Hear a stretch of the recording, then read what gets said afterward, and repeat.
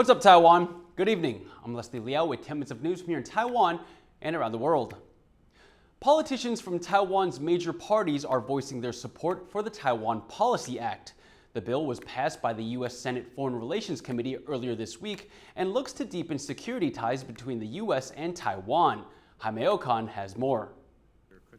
In the latest show of support for Taiwan, the U.S. Senate Foreign Relations Committee passed the Taiwan Policy Act, a bill which is mainly designed to provide Taiwan with more funding to defend itself. Politicians from both of Taiwan's major parties have come out in support of it. 法案非常重要，将是美国最挺台湾的法案。主要对于台美实质关系的提升，对于区域安全的维护能够有增进，我们都是表示欢迎。 Although the bill still needs to pass the U.S. Senate and the House of Representatives, the legislation in its current form would give Taiwan substantial military and political support. The Taiwan Policy Act would provide Taiwan with $4.5 billion in security assistance over the next 4 years. It would also treat Taiwan as a major non-NATO ally and would enable the U.S. to expedite arms sales. And it gives Taiwan the ability to participate in joint military exchanges and exercises. Taiwan has seen an increase in Chinese military presence since a visit from U.S. House Speaker Nancy Pelosi in August. It was the highest profile visit of a U.S. official to the island in 25 years and prompted a show of force from China in the form of military drills. Beijing has threatened to invade Taiwan to bring the island under its control, as it sees Taiwan as part of its territory. The Taiwan Policy Act is meant to reaffirm the U.S.'s support to help Taiwan defend itself. But as the bill is still in its early stages, experts say the legislation has a long way to go. 所以目前来说，它的版本是把一些地方稍微用比较模糊的方法去处理它，但是这个整个立法过程目前才刚刚开始。 The Taiwan Policy Act now heads to the U.S. Senate, but it remains unclear when it will get a vote.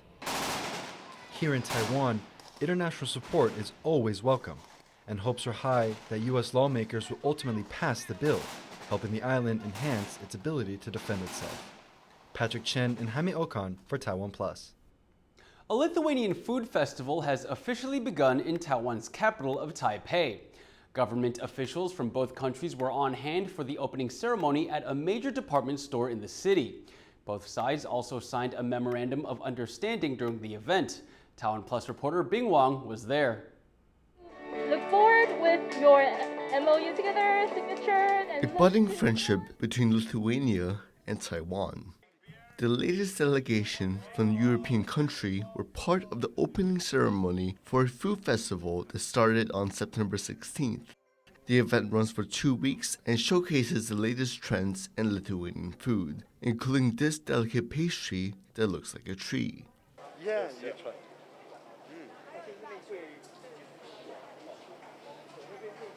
As good as in Lithuania. The event is meant to help strengthen ties through food and culture. Taiwan's foreign ministry sees this as a good opportunity to forge better relations. Ladies and gentlemen, from now on, it's time to realize all the thoughts into action.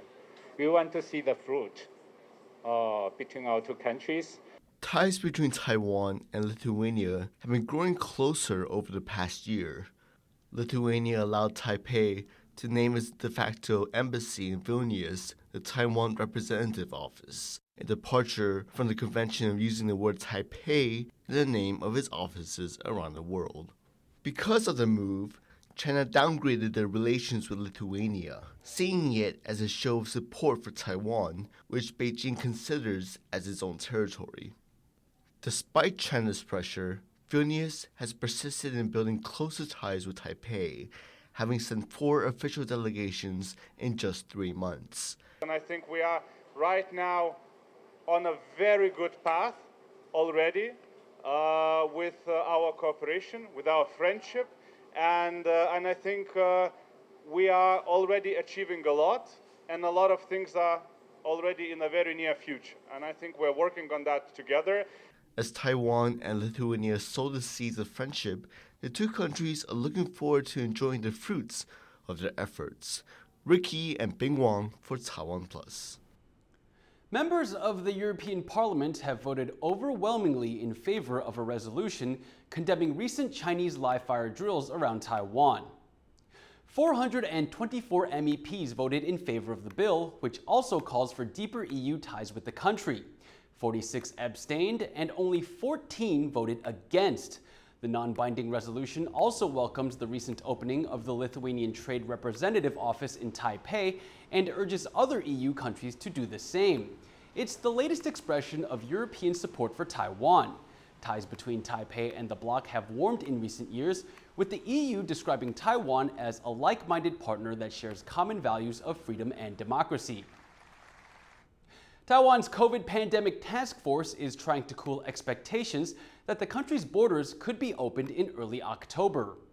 那么我们根据我们的模型的推估是，可能是下周三，或者是下下周三，会是这个最高点。好，那最高点过后，那我们看它的趋势要往下，所以应该不会在10月上旬这么快了。The comments come after a leaked document was shared widely around the country. It shows what appears to be the government's plans to announce an end to border restrictions. The leak says a new policy is expected in early October. A spokesperson responded to the document saying the plan is still being discussed and is subject to change. Paratroopers took to the skies over Taiwan's southern county of Pingtung on Friday. The military was conducting tests of the troops' ability to airdrop from a military aircraft and land in less than 10 minutes. Soldiers practiced jumping from an altitude of about 380 meters and learned how to handle landing on water. Military officials say the exercises help prepare the country to respond quickly in the event of a conflict. The TaiwanPlus Festival is set to kick off this weekend in Japan after a 3-year hiatus. The 2-day festival will showcase Taiwanese culture, food, design, and music. Yvonne Yang has the story. With COVID-19 travel restrictions still in place in both Japan and Taiwan, Taiwan's cultural office is bringing the country directly to Tokyo.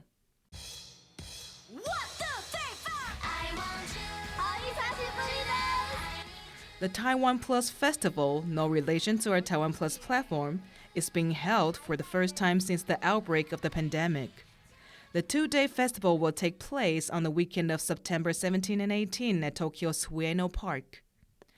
Dozens of Taiwanese brands will join the festival's Taiwan Culture Market, where there will be food, drinks, games, and a concert. Representing different musical genres and aspects of Taiwan society will perform at the festival. The lineup includes Fire X, one of the hottest rock bands in Taiwan. Indigenous musicians Kailu Usei and Sumin will be there too, as well award-winning Hakka singers Wing Luo and Misa. Lastly, folk pop singer Dadado Huang and Fang Wu will take the stage. This will be Fang Wu's first time performing in Japan. 希望大家可以来看我表演，然后希望你们会喜欢我的音乐，透过我的音乐认识不同的语言、不同的文化。然后我知道也有很多在东京生活的台湾朋友，他们也有常常到我那边留言说，听了我的歌会有想家的感觉。所以我希望可以透过我的音乐，让大家觉得在那边不是孤独的。The festival will bring Japan a little taste of Taiwan and offer Taiwanese migrants a sense of home. 我在疫情爆发之后，我就再也没有回去过台湾了，大概已经过了2-3年左右了吧。听说那边有蛮多台东的食物啊之类的东西，然后还会有来自台湾的一些歌手会表演，我还蛮期待的，我应该会去参加这样子。This event will help bring the two countries a little bit closer and hopefully spur travel between them once the borders reopen. Patrick Chan and Yvonne Young for TaiwanPlus. Thank you for watching What's Up Taiwan. Remember to download the TaiwanPlus app for more stories from Taiwan and around the world. Finally today, we leave you with images from the Metropolitan Museum of Art in New York City. I'm Leslie Liao. Take care and see you next time.